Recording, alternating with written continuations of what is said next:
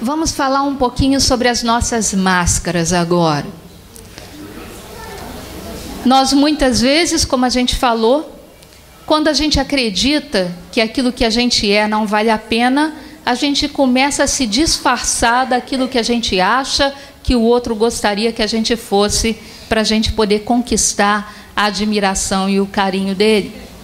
E nesse caso, a gente nunca está sendo quem a gente é, mas está sempre espremidinho num canto, interpretando o papel, usando a máscara que a gente acha que precisa. O problema é que muitas vezes pessoas diferentes se encontram.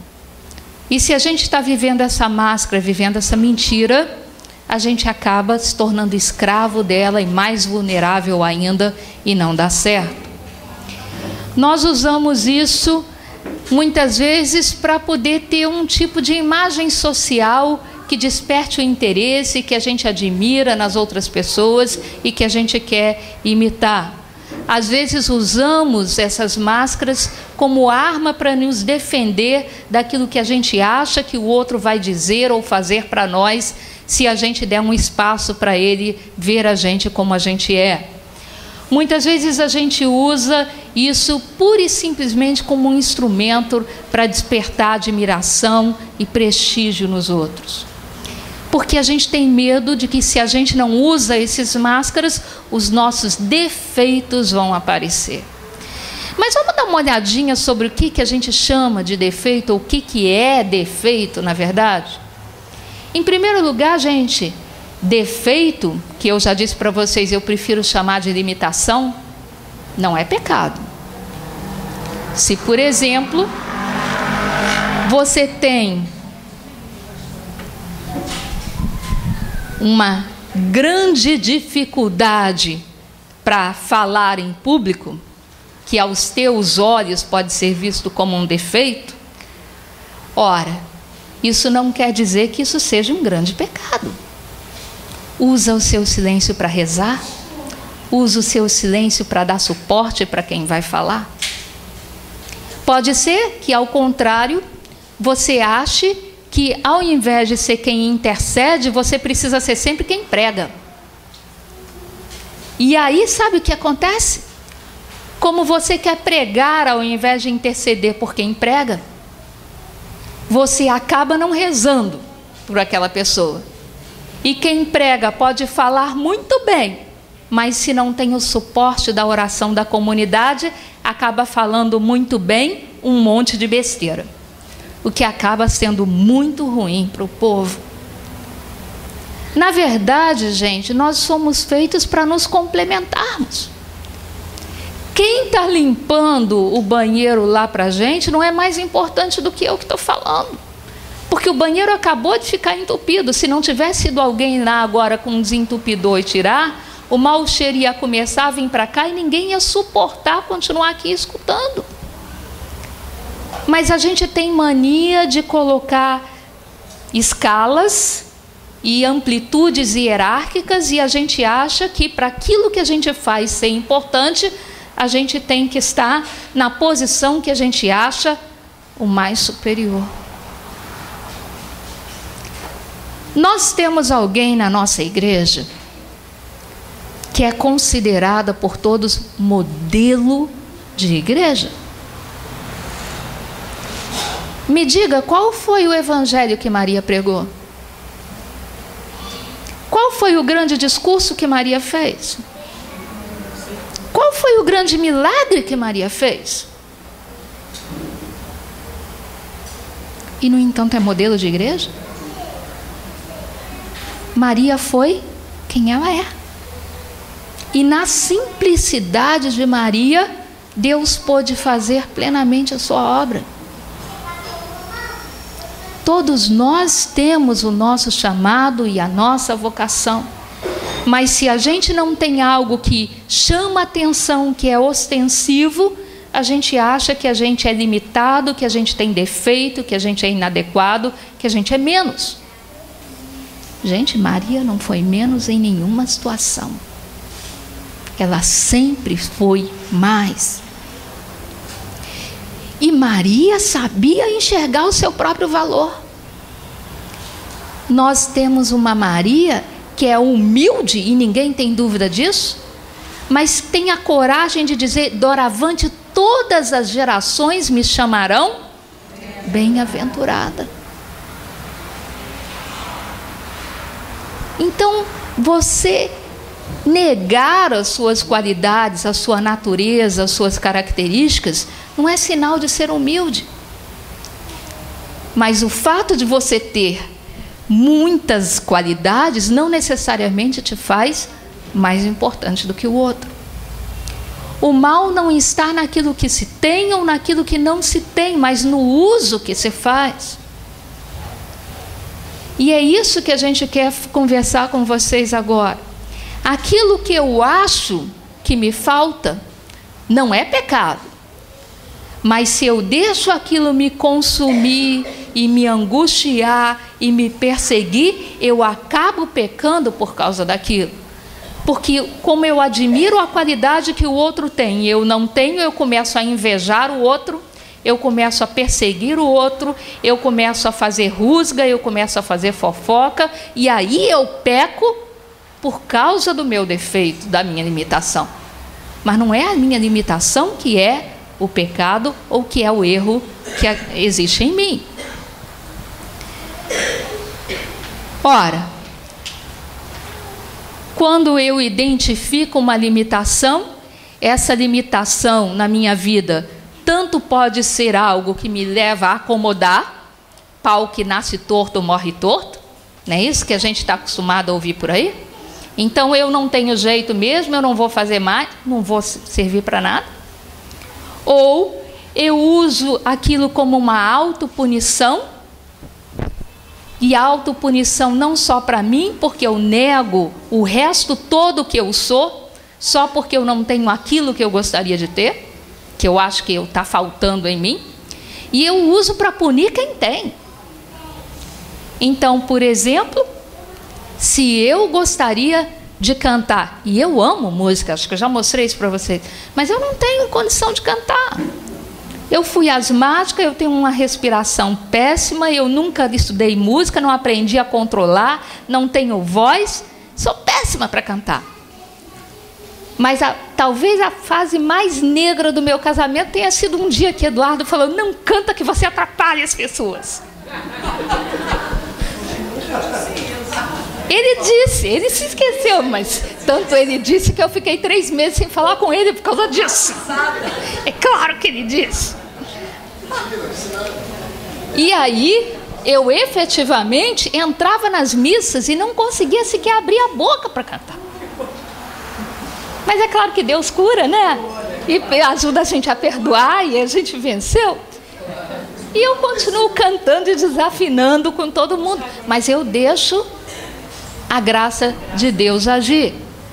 Então eu às vezes uso aquilo que eu acho que me falta como motivo para poder criticar e punir os outros por terem aquilo que eu não tenho. Então era a mesma coisa que eu chegasse para a Aninha e falasse: mas a Aninha desafinou hoje, né? Ou aquela música que ela cantou não era boa para ser cantada na missa, né? Porque a gente faz isso. A gente, porque se sente limitado, a gente muitas vezes adota uma atitude agressiva com as outras pessoas, com Deus e com a gente mesmo, por se sentir incompetente de ser como a gente gostaria de ser. Mas a atitude saudável que Deus espera em nós é a de luta. Eu amo o Frei Inácio Laranaga. Todos os livros dele que eu já li na minha vida foram muito importantes para mim. E ele tem um livro especial chamado Suba Comigo, que é talvez o livro mais perfeito que eu já tenha lido sobre comunidade, onde ele fala que você ser santo sozinho no seu quarto é muito fácil. Difícil é você ser santo quando você vive em comunidade. Como você vai mostrar que você é generoso se não tem ninguém precisando de você ao seu lado? Como você vai mostrar que você é bondoso se não tem ninguém te fazendo mal? Como você vai mostrar que você é capaz de perdoar se não tem ninguém do teu lado implicando com você? Então você exerce as virtudes e as graças quando você vive em comunidade. É isso que acontece. Mas o Frei Lararaga também diz uma coisa muito interessante. Ele diz: tem algo na sua vida que você não gosta? Tem, na vida de todos nós. E aí ele pergunta: tem algo que você possa fazer para mudar isso? Se tem, por que você ainda não foi lá? Mas se não tem, de que vale para você o esforço de tentar alterar?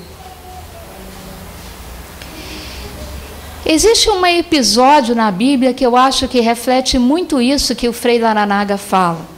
Já ouviram falar de um sujeito chamado Davi? Davi era apaixonado por Deus. Davi é uma das minhas personagens favoritas no Antigo Testamento, e de Deus também. Foi o único que Deus fez a promessa de que nunca faltaria um descendente dele na tribo de Judá. Muito bem. Davi amava a Deus e amava a música.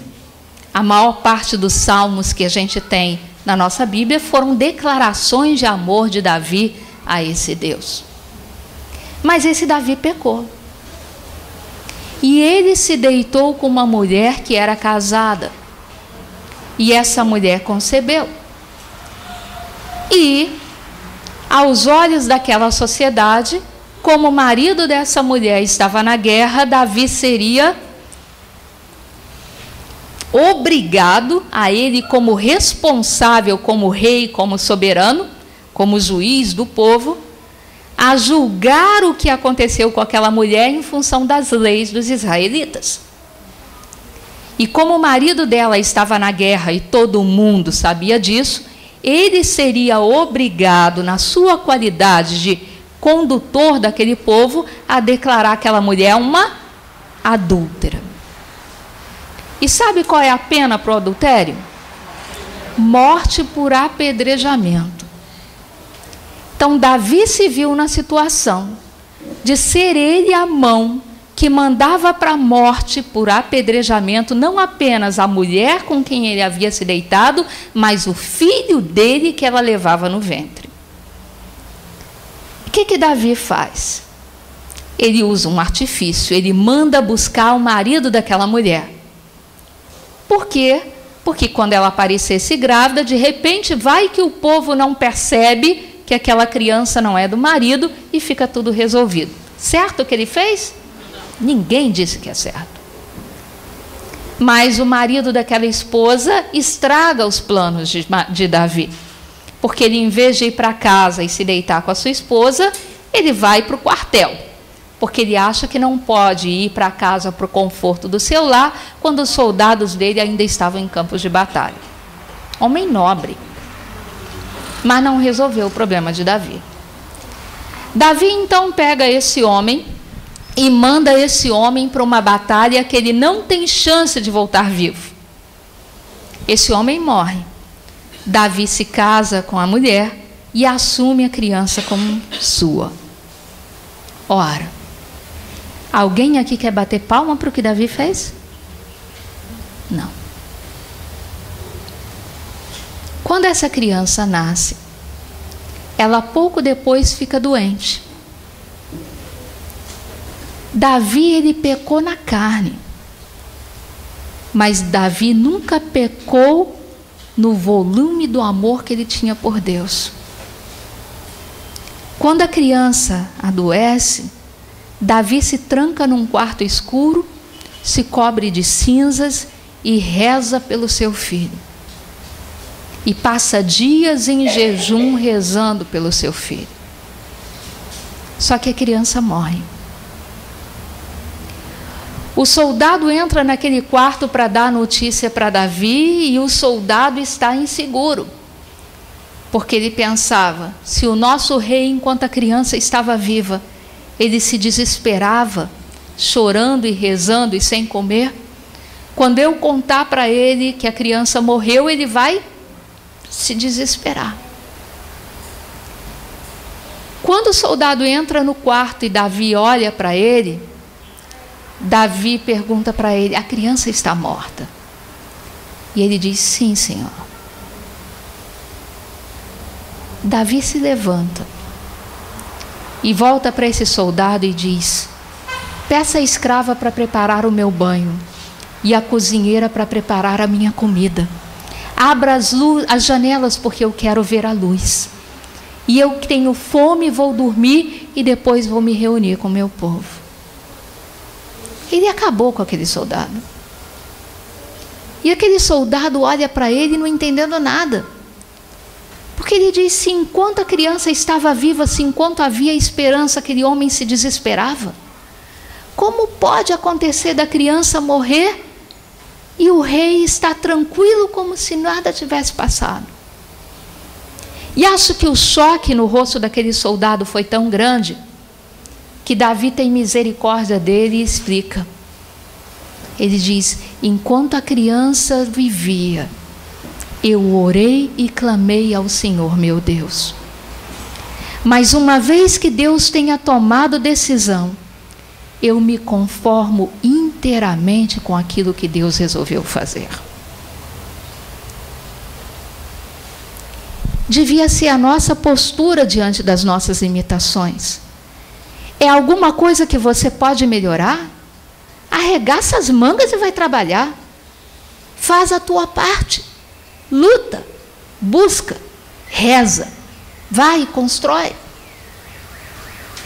Mas, gente, se não é algo que você tenha condição de mudar, não desperdice a tua vida inteira sonhando com o inalcançável, quando o que está ao teu alcance pode ser vivido com tanto mais propriedade na tua vida. Essa é a postura que a gente tem que assumir.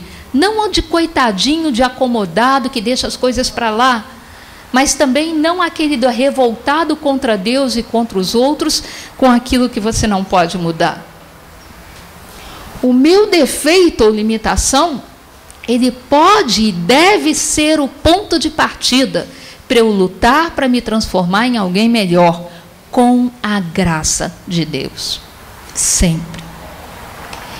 Por um outro lado, quando eu olhar para mim e encontrar as minhas qualidades, não necessariamente tudo aquilo que eu chamo de qualidade é uma coisa boa. Eita, Vânia, como é que acontece isso? Gente, falamos ainda agora sobre a capacidade de falar bem, falar bonito. Vocês podem garantir que todos aqueles que falam bem e bonito lá em Brasília estão fazendo coisas boas?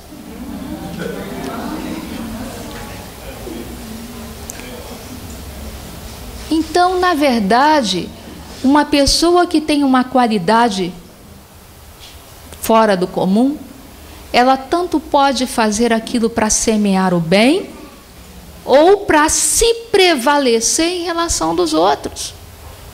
Uma pessoa inteligente pode usar a sua inteligência para resolver os problemas do mundo, ou para se aproveitar da insegurança e das limitações dos outros. Ou você não conhece ninguém assim? Uma pessoa que canta bem, tanto pode fazer você mergulhar em Deus e na paz ao ouvi-la cantar, ou pode ser alguém que usa o seu talento para passar mensagens e conceitos completamente errados, ou você não conhece ninguém assim. Você ter boas capacidades, bons talentos, não necessariamente te faz melhor do que as outras pessoas. Mas, ao contrário, você é responsável por usá-los bem para construir algo de bom nesse mundo. Essa é a mensagem que a gente quer passar. Sua qualidade tanto pode ser um motivo de vaidade, de orgulho para você, de autoapreciação, que te faz valorizar o que você é e colocar à disposição dos outros. Todos nós temos em nós qualidades e limitações. Ninguém é feito só de qualidades, ninguém é feito só de limitações, mas tudo é muito balanceado. Que uso você vai fazer das suas qualidades? Vai fazê-los para um ponto de partida para louvar a Deus e servir ao outro, ou para se servir do outro e ignorar a Deus? Pode ser qualquer coisa. Mas nós temos que analisar quem nós somos para encontrar as nossas duas partes. Aquilo que precisa ser mudado e transformado e aquilo que precisa ser reconhecido para ser oferecido como alimento para o mundo. Ora, se eu não faço isso, eu acabo vivendo o que a gente chama de a tirania dos deveres. Eu deveria ter dito aquilo, eu deveria ter feito isso, eu deveria, se ao menos eu tivesse feito aquilo, se ao menos eu tivesse pensado aquilo outro, se ao menos eu pudesse. E você perde tanto tempo pensando e meditando no que já é passado, que você não vive o presente e não constrói o futuro. Esquece isso. Você deve melhorar, todos nós devemos melhorar, mas não necessariamente aquilo que você pensa que precisa ser melhorado é o que precisa ser melhorado. Vamos falar disso já já. Nós muitas vezes estamos tão acostumados a ver a televisão nos apresentar modelos de vida, heróis, artistas. Eu também tive os meus, eu trouxe os meus para vocês aqui hoje. Da minha época de adolescente. Quem era a mulher que eu achava a mais bonita do mundo, que eu queria ser como ela? Uma estrela de Hollywood chamada Rita Hayworth. Linda. Olha ela no final. Eu acho também. Mas não é a mulher de antes.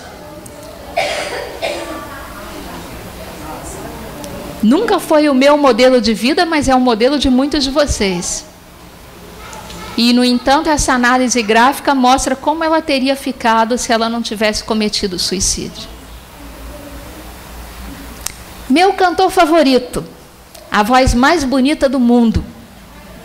Não tem igual. Deus não fez outro. É certamente a voz mais bonita que Deus já colocou na terra, sem dúvida nenhuma. É, meu bem, depois da sua.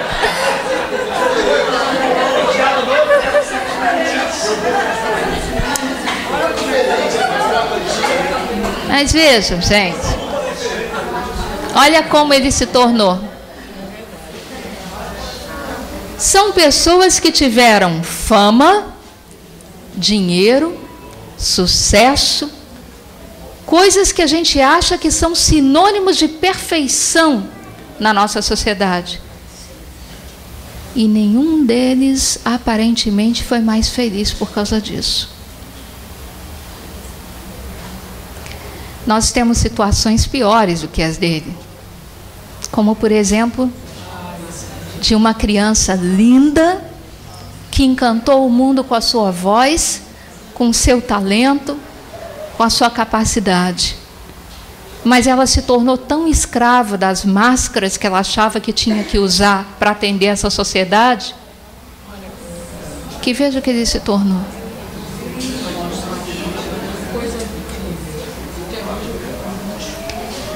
Cuidado com os heróis que você escolhe para você.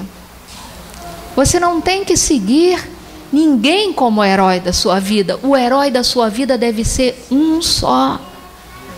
E o nome dele é Jesus.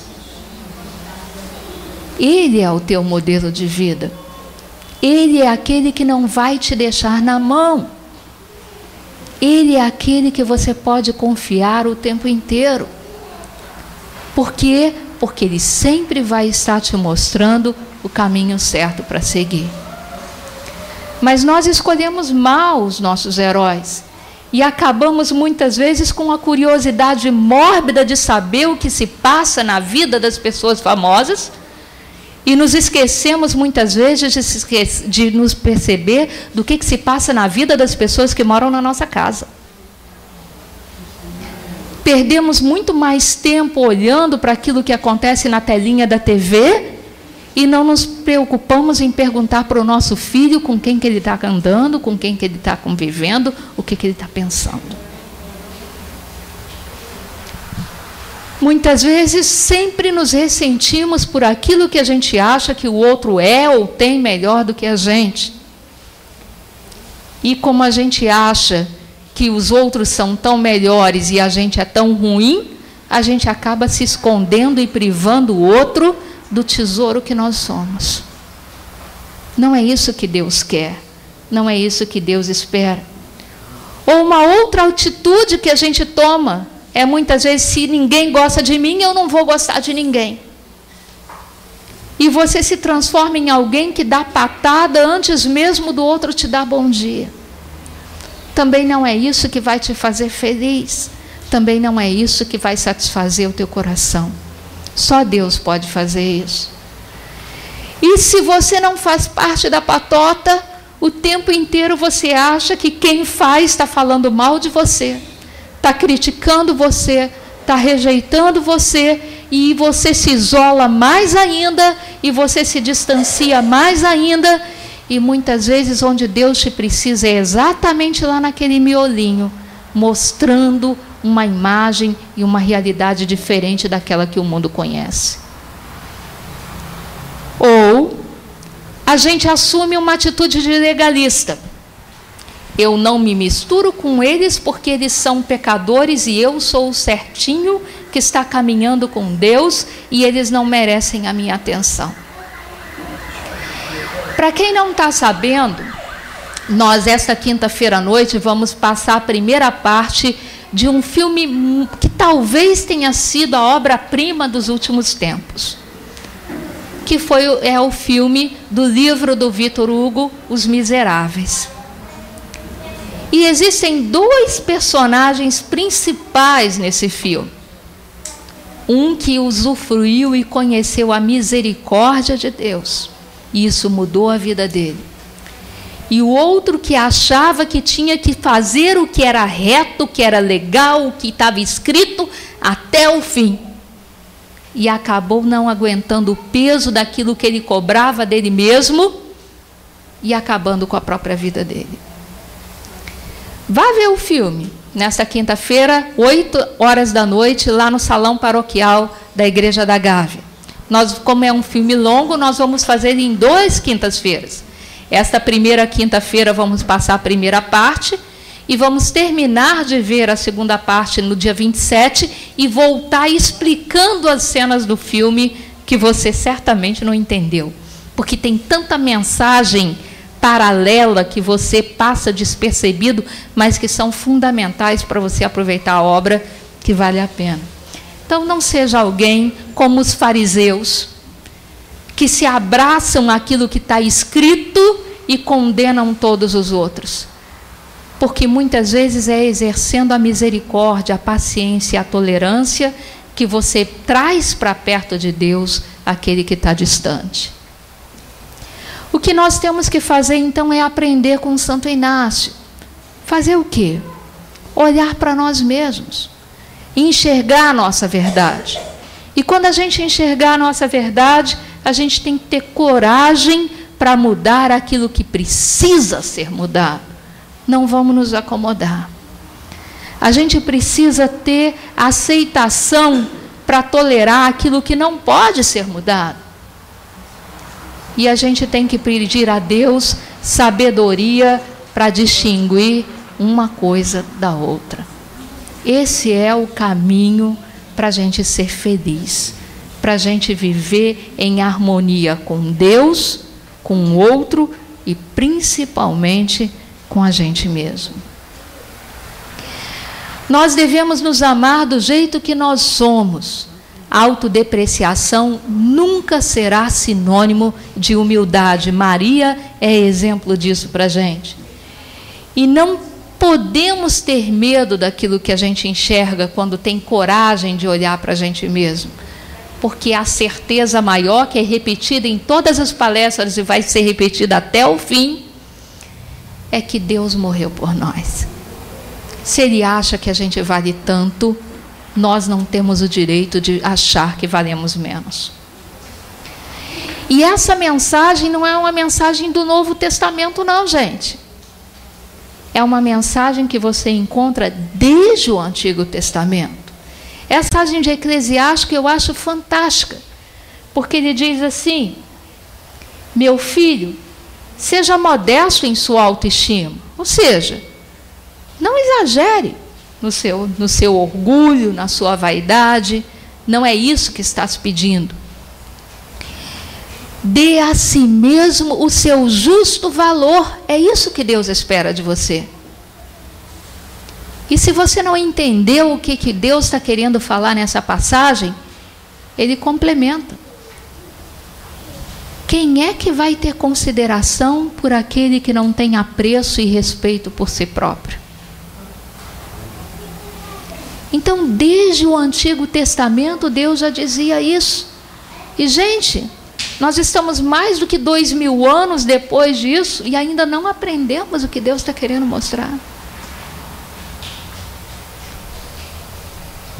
Se Deus, que nos conhece melhor do que nós mesmos, ainda assim encontra razão para nos amar, vamos parar de nos esconder do mundo, vamos parar de nos esconder de Deus, vamos parar de fugir de nós mesmos. Nossa atitude, todo dia diante do espelho, segundo meu pai, a gente devia olhar para nós quando a gente vai escovar os dentes e dizer: no dia de hoje eu não preciso ser perfeito, eu não preciso ser herói, eu não preciso ser ídolo de ninguém, eu só preciso ser eu mesmo, o melhor que eu puder ser.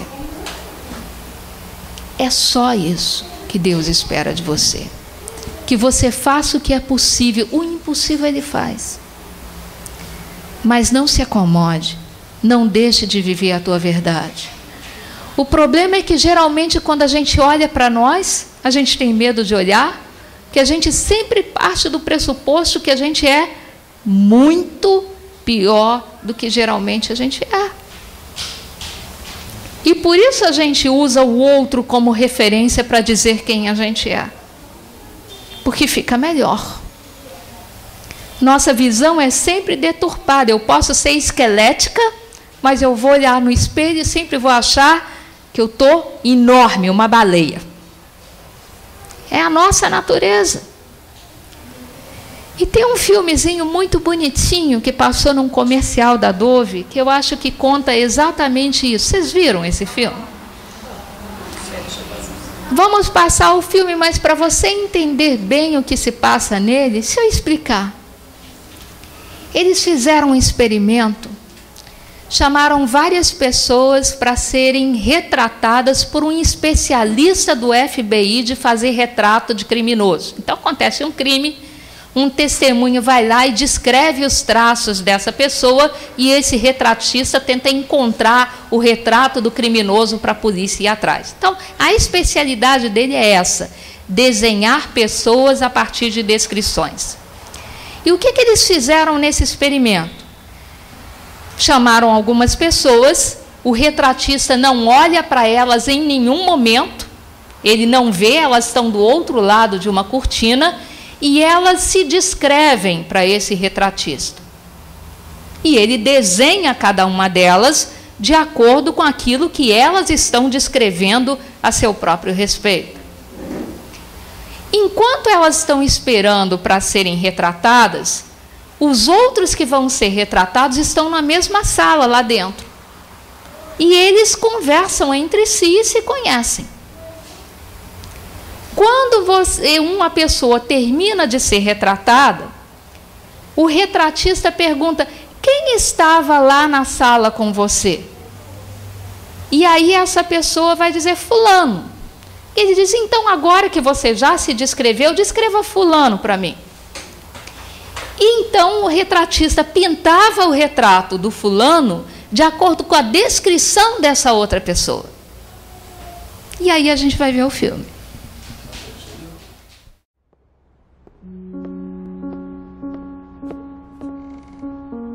I always thought people were so cute when they have the little cheeks and they're like rosy, but mine are pretty plain. If I was gonna change one feature about my face, I would say that I would want fuller lips. I'm definitely a person that looks tired when I'm tired, and when people say that, I immediately am like, oh man.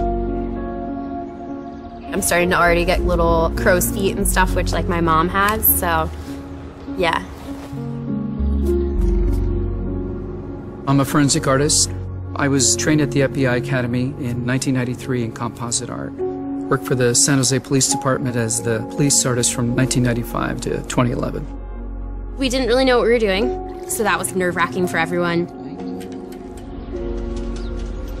I showed up to a place I'd never been and walked into this big warehouse, and at the very end there was a guy with his back to me with a drafting board. I had a curtain separating me so that I don't see him. We'll begin. First of all, tell me about your hair. Brown, long, I guess a little bit past my shoulders. Your jaw. My mom told me I had a big jaw. Yeah, they're brown eyebrows, dark brown eyebrows. Okay. I didn't know what he was doing, but then I could tell after several questions that he was drawing me. Tell me about your chin. I guess I haven't really compared it to anyone else's chin, but especially when like I smile, I just feel like it kind of protrudes a little bit. What would be your most prominent feature? I kind of have a fat, rounder face. The older I've gotten, the more freckles I've gotten. You sort of realize, oh man, now I have to talk about myself and think about my looks.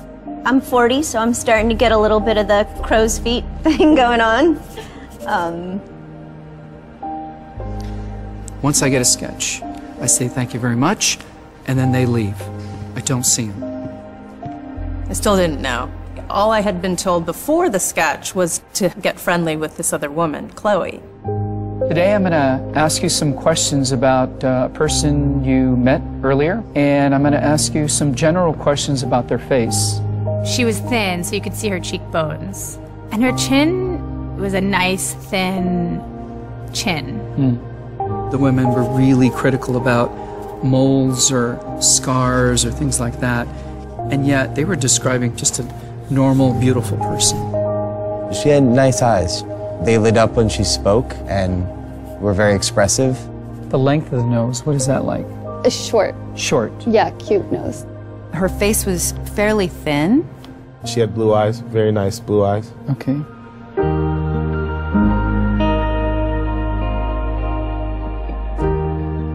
So here we are. So this is your self-described image? And then somebody else described you and I did this sketch.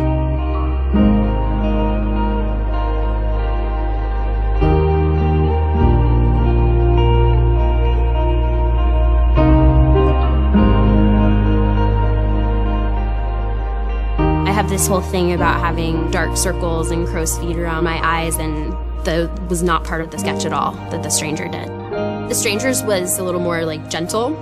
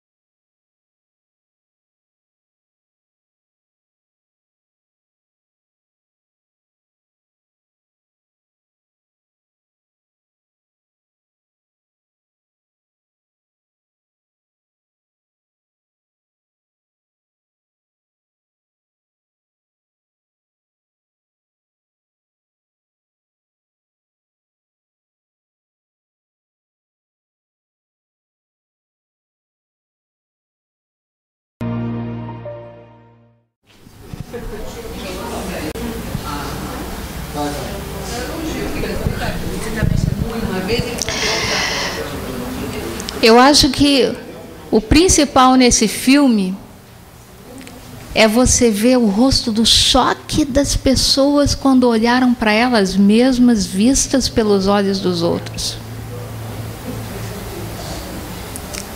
Elas ficavam sem voz, como se não acreditassem. Será que eu sou isso aí mesmo?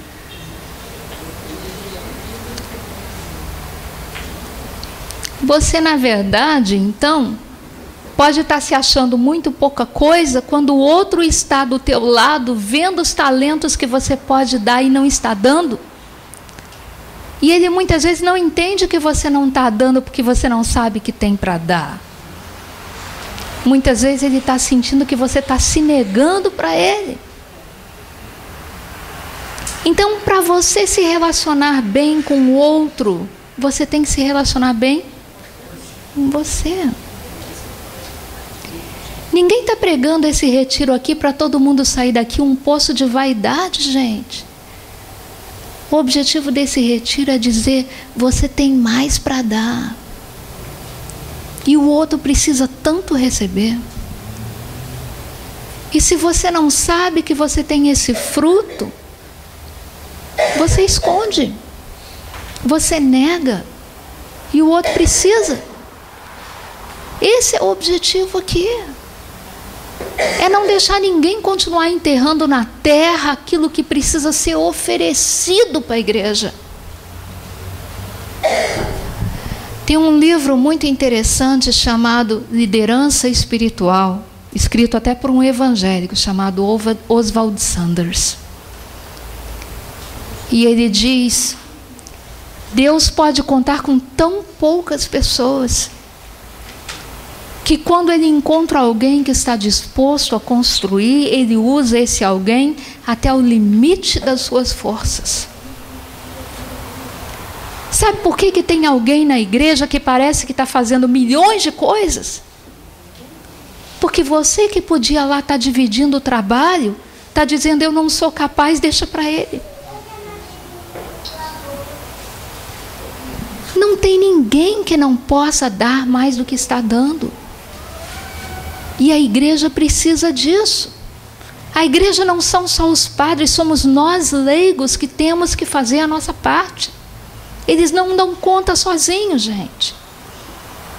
Nós precisamos contribuir, nós precisamos somar, nós precisamos doar. Mas para você saber que pode dar, você precisa perceber que tem. E é isso que a gente está mostrando. Você tem muito mais do que você está dando. Todos nós temos. Todos nós podemos fazer mais. Mas como a gente não sabe disso, e a gente olha para o outro que está dando, a gente pensa: fulano é um poço de vaidade, se mete em tudo. Talvez se meta em tudo porque você não está indo lá fazer a tua parte. E alguém tem que fazer. E ele nem está fazendo direito a parte dele porque está fazendo a tua. Nós temos condição de ajudar a construir essa igreja, de ajudar Jesus a fazer desse reino uma realidade aqui. Todos nós temos responsabilidade com isso. E agora o controle está lá, o vídeo está cá e agora está uma mistura só. Vamos lá. Não, o pendrive não faz diferença. Só trocar o cabo. O cabo está no outro. Tem que tirar o cabo.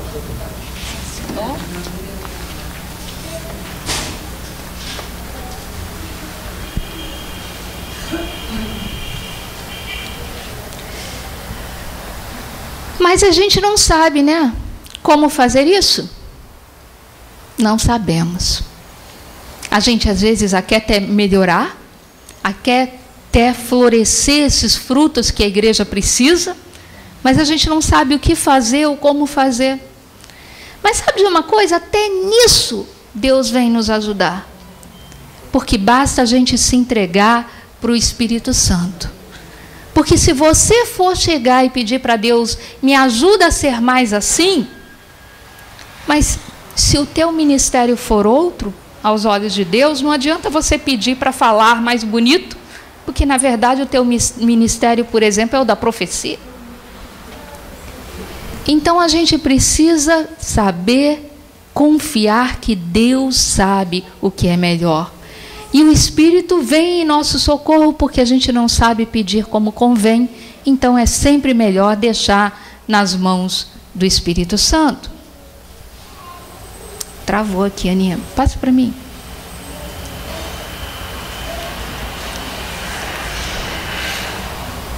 Por quê?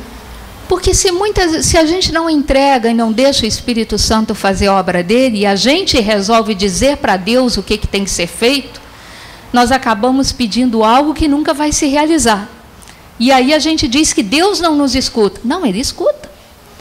Mas São Tiago diz que muitas vezes nós não recebemos o que pedimos, que estamos pedindo mal. Então o segredo para você sempre ser atendido por Deus, é deixar que Deus faça aquilo que precisa ser feito. Ah, mas aí eu vou estar sendo marionete nas mãos de Deus. Não, muito pelo contrário. Porque dado que Ele respeita o teu livre-arbítrio, Ele poderia já estar fazendo na sua vida sem te perguntar. Mas Ele está esperando o seu consentimento para fazer a obra dele na tua vida. E é sempre mais prudente. O Espírito Santo sabe melhor do que você. Vocês conhecem a história do Henry Ford? Um dos maiores gênios da indústria do mundo. O Ford, uma vez, na sua primeira indústria de carros lá, tinha toda a máquina dele construída para fabricar os automóveis que eram famosos no mundo inteiro. Mas o que aconteceu? A fábrica dele parou de funcionar. E ele mandou chamar um monte de engenheiros e passaram dias na fábrica e não conseguiram resolver o problema. E aí falaram para ele de um sujeito brilhante, chamado Charles Steinmetz, que poderia resolver o problema dele. E o Ford, depois de mais de 10 dias com a fábrica dele parada, ele mandou então chamar o Charles Steinmetz. O Charles Steinmetz passou 20 minutos na fábrica do Ford e mandou uma conta de $6.000 para ele. Coisa que no início do século era dinheiro pra caramba. E o Ford volta para ele quando recebe a conta e diz para ele assim: pô, mas que absurdo! Você está cobrando 20 minutos de trabalho, $6.000? E o Steinmetz, porque o que foi a surpresa do Ford? Porque quando o Steinmetz chegou lá, ele olhou para a fábrica, para a máquina inteira, pediu uma chavinha de fenda, foi lá e apertou um parafuso. E a fábrica voltou a funcionar.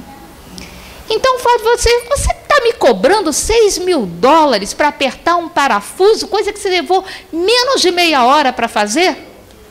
E o Steinmetz, então, pegou a conta de $6.000 e riscou $6.000 e colocou preço de 20 minutos de trabalho, $15.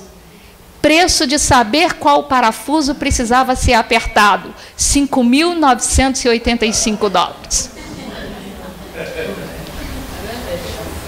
É exatamente isso. O Espírito Santo sabe melhor do que você o que é que precisa ser mudado e o que não precisa. O que é que precisa ser alterado e curado e o que não precisa. Porque Ele estava lá quando Deus te fez. Ele sabe lá o que é aquilo que Deus te fez para colocar a fome de ser melhor em você e o que Deus te fez porque você precisava ser exatamente daquele jeito. Então, entregar a Deus faz toda a diferença do mundo. Ora, o que nós vamos estar entregando para Deus? Tudo aquilo que faz e representa a nossa imagem. E o que pode estar influenciando essa nossa imagem? Em primeiro lugar, o mundo que nos cerca. Como é que o mundo que nos cerca influencia quem a gente acha que a gente é? Porque nós temos uma história de vida, nós temos passados, impressões, momentos que a gente viveu, que despertou em nós certos conceitos e certas noções a nosso próprio respeito. Mas nós também somos afetados por o nosso mundo inferior. Então, se, por exemplo, você é uma pessoa tímida, você automaticamente pensa que você não pode falar em público. Vocês podem não acreditar, mas eu fui a pessoa mais tímida da minha geração. Eu não falava sequer bom dia para as pessoas porque eu tinha vergonha. Minhas melhores amigas me diziam que quando me conheceram me achava a pessoa mais antipática do mundo porque eu não falava com ninguém. O dia que o Agostinho chegou para mim e botou num papel na minha mão dizendo: prepare a palestra para o seminário de vida no Espírito no dia tal, eu pensei, esse homem é louco. Eu não falo com as pessoas, como é que eu vou falar para as pessoas? Deus pode. Olha eu aqui, matraqueando o tempo inteiro. E não é? É. As clarissas, que são reclusas, elas não veem o mundo aqui fora, mas elas sustentam esse mundo com o joelho no chão. A gente tem noções muito erradas daquilo que a gente acha que é necessário. Essa é que é a verdade. Cuidado com a influência que o inimigo de Deus pode ter para construir quem você acha que você é. Porque quando ele mete o bedelho dele, o que você está vendo não é quem você verdadeiramente é. É o falso eu. E muito cuidado com ele, porque ele é extremamente ardiloso. Nós pensamos que Satanás tenta as pessoas mostrando uma vida de prazeres sem fim, de fama e de sucesso sem fim, de riquezas imensas.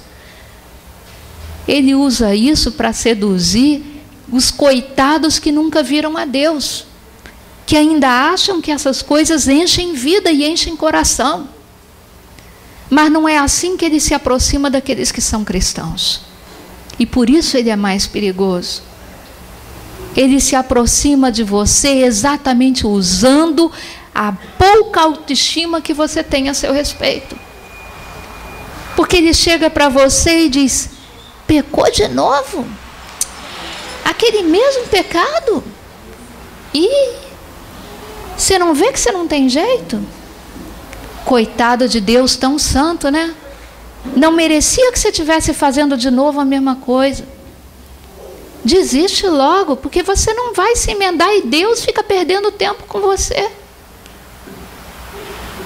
E você acredita nisso, e você acaba se acomodando no seu pecado e desistindo de Deus. Não foi para isso que Deus morreu naquela cruz por você. Não é isso que Deus merece de você. Deus veio para o mundo já sabendo que você era pecador. E Ele morreu por você ainda assim. O que Ele merece é que você tente vencer esse pecado. E não que você se abandone para Ele outra vez. Você não é incapaz de mudar a sua realidade de pecado. Muitas vezes é mais cômodo para a gente pensar nisso. Mas posso te desiludir? Na primeira carta de Coríntios, no capítulo 10, versículo 13, São Paulo diz uma frase muito importante. Ele diz: Deus não permite que você seja tentado além da sua capacidade de resistir à tentação. Então, se você pecou, é porque você quis pecar. E não porque você era incapaz de se manter santo ali. Comece a vencer o teu pecado assumindo que você foi pecador. Não faça que nem Adão e Eva jogando a culpa nas costas de outro. Porque você começa a mudar a você quando você assume a sua verdade. E você pode mudar essa verdade. Não deixe o inimigo de Deus ter vez na sua vida. Porque Deus não merece isso. Isso sim Deus não merece.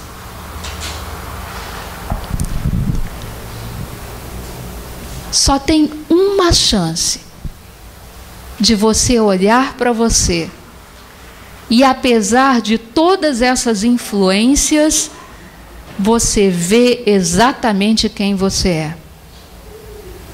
É olhar para você através daquele que te formou, daquele que é o arquiteto, o mapa da sua pessoa, aquele que te desenhou, aquele que te sonhou e que fez de você alguém maravilhoso para esse mundo. Com Deus e em Deus, você enxerga quem você é de verdade. E Ele tem que ser a sua referência. Porque é com os olhos fixos em Deus e aprendendo a enxergar Deus como Ele é, que você vai ser você o melhor que você puder. Porque você foi sonhado com uma missão: ser a imagem que reflete Deus para o mundo. Então tua referência de vida tem que ser esse Deus. Ele é o seu modelo, Ele é a sua referência, Ele é a luz que te ajuda a enxergar qual é a parcela dele que o mundo encontra através de você.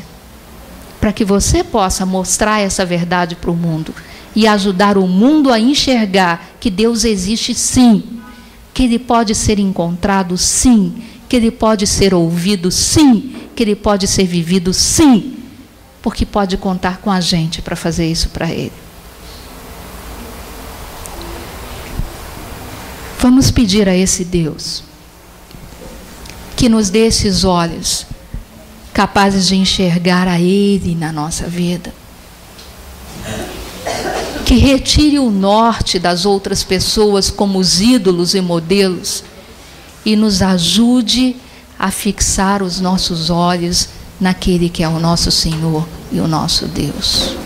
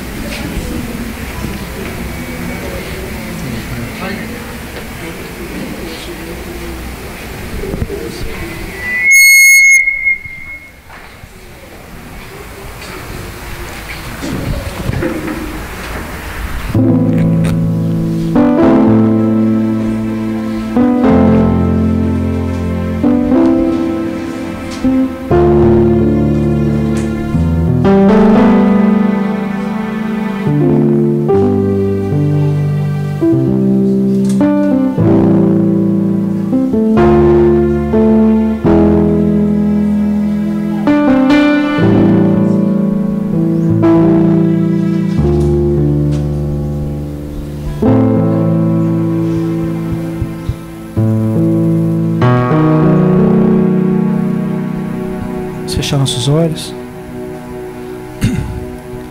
A gente vai ensinar uma música nova, porque toda música do Espírito Santo, quando é cantada em oração, ela faz nova todas as coisas.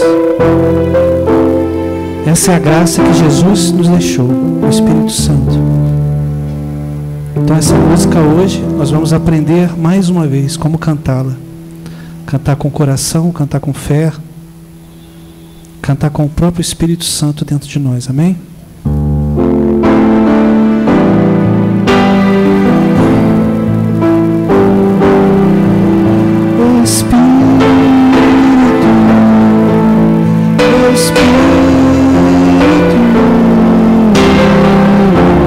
Espírito Santo de Deus.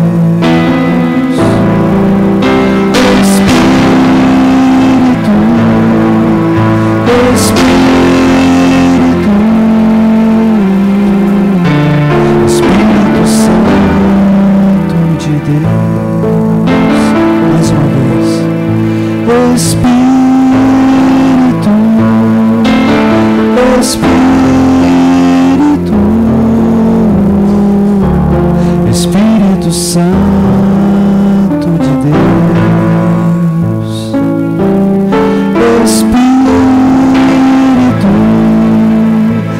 Espírito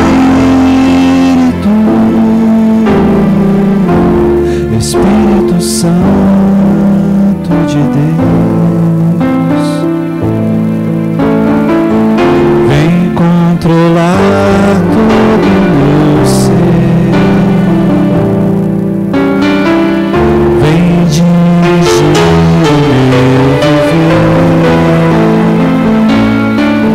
o meu pensar, o meu falar, o meu sentir, o meu agir.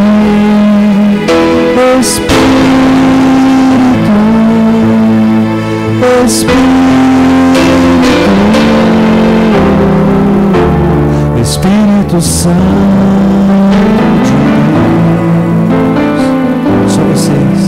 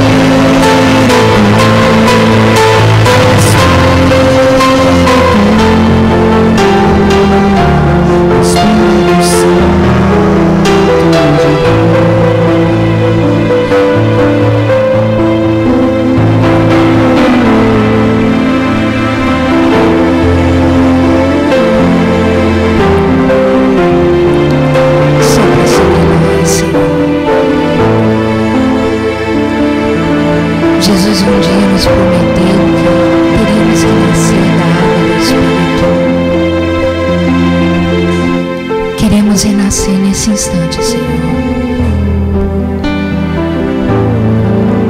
Vem nos fazer novos, Senhor. Sopra sobre nós, Senhor, e põe por terra tudo aquilo que nos afasta do Senhor, nosso Deus. Olha para nós, Senhor. Sede misericordioso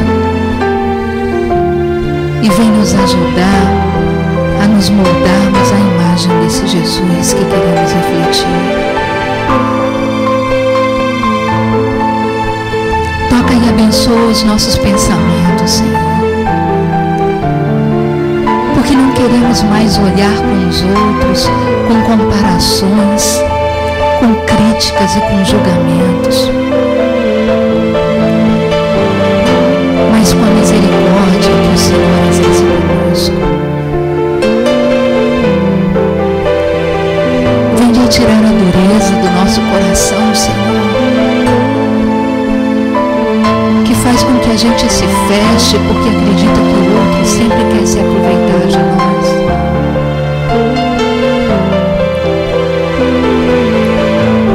Ó Senhor, abençoa os nossos ouvidos, para que eles nunca se cansem de escutar aqueles que precisam derramar toda a sua necessidade e o seu sofrimento sobre nós.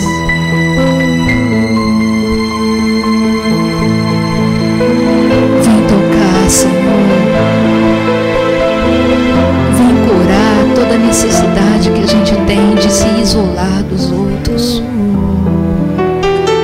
de se defender dos outros, para não permitir que eles venham nos machucar no futuro. Jesus, você não teve medo de carregar a sua cruz, nós não queremos ter medo de carregar a nossa.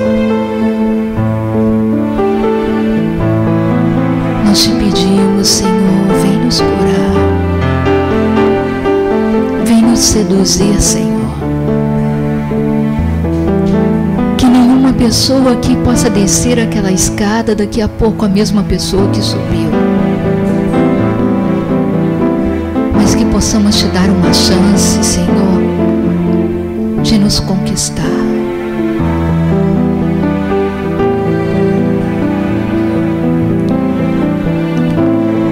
Ensina-nos, Senhor, a enxergar de verdade como você nos ama.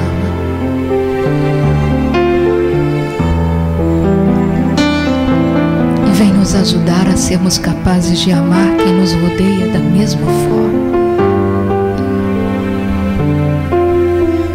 Queremos olhos que sejam capazes de enxergar e um coração que tenha coragem de amar, Senhor.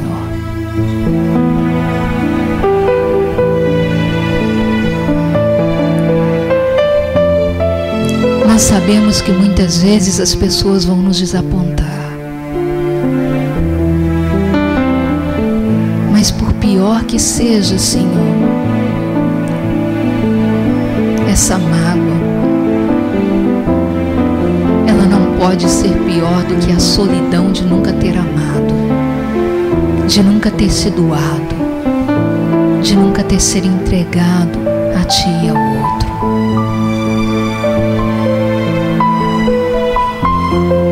Misericórdia de nós, Senhor, nosso Deus.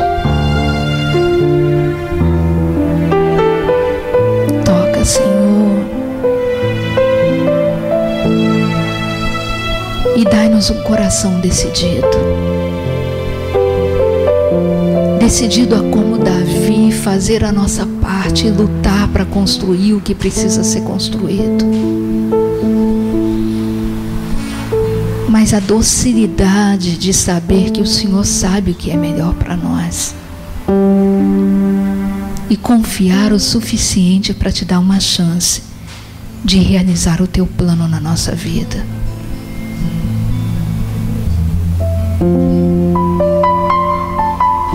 Dai-nos, Senhor, a capacidade de te refletir para esse mundo. Que possamos testemunhar a Tua presença e a Tua verdade, não a partir do que falamos, mas a partir do que vivemos, do que praticamos na nossa vida.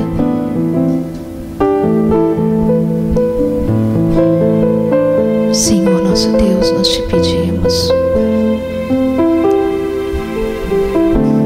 dá-nos a capacidade de aprendermos a ser igreja como você sonhou. Coragem, Senhor, de poder dizer para o meu irmão: eu estou fraco, me ajuda. A humildade de pedir: reza por mim, porque eu estou a perigo.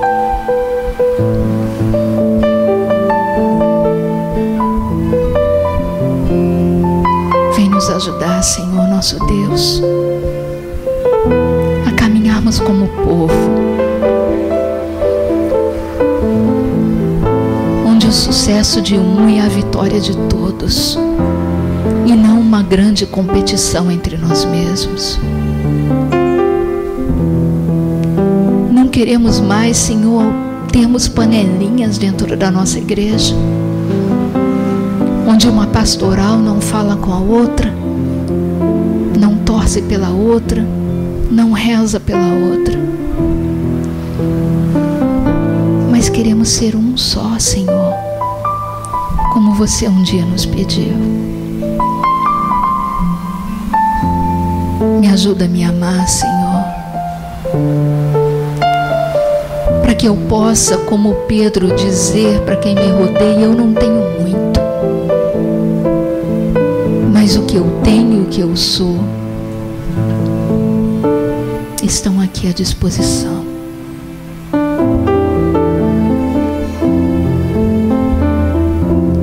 Tocar, Senhor,